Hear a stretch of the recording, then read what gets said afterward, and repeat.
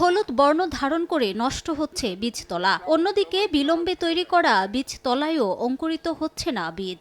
আবাদ মৌসুমে নতুন করে বীজতলা তৈরির সময় না থাকায় দুশ্চিন্তায় কৃষক।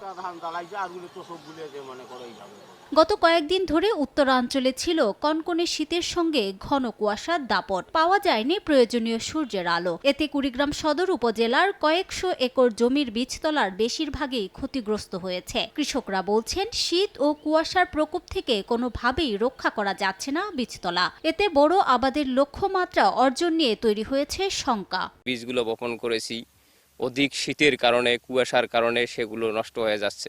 যা গাজাইছে বীজ যে কয়টায় কোন তাকে শীতে নষ্ট করে ফেলাইছি। ভীষণ পাচ্ছি, এখন হিমের কারণে ভীষণ নষ্ট হয়ে গেছে। এখন ভূমিভাগ কিভাবে গাড়বো, এখন এটা কি করবো না করবো এখন চিন্তাই করি পাচ্ছি না। 53 হেক্টর জমির বীজতলা এর মধ্যে ক্ষতিগ্রস্ত হয়েছে। বীজতলা রক্ষার চেষ্টার সঙ্গে অন্য এলাকা থেকে বোরোর চারা এনে সমন্বয় করে রোপণের পরামর্শ দিয়েছে কৃষি বিভাগ। প্রায় 53 হেক্টর বড় বীজতলা আক্রান্ত হয়েছে ঠান্ডাজনিত সমস্যার কারণে।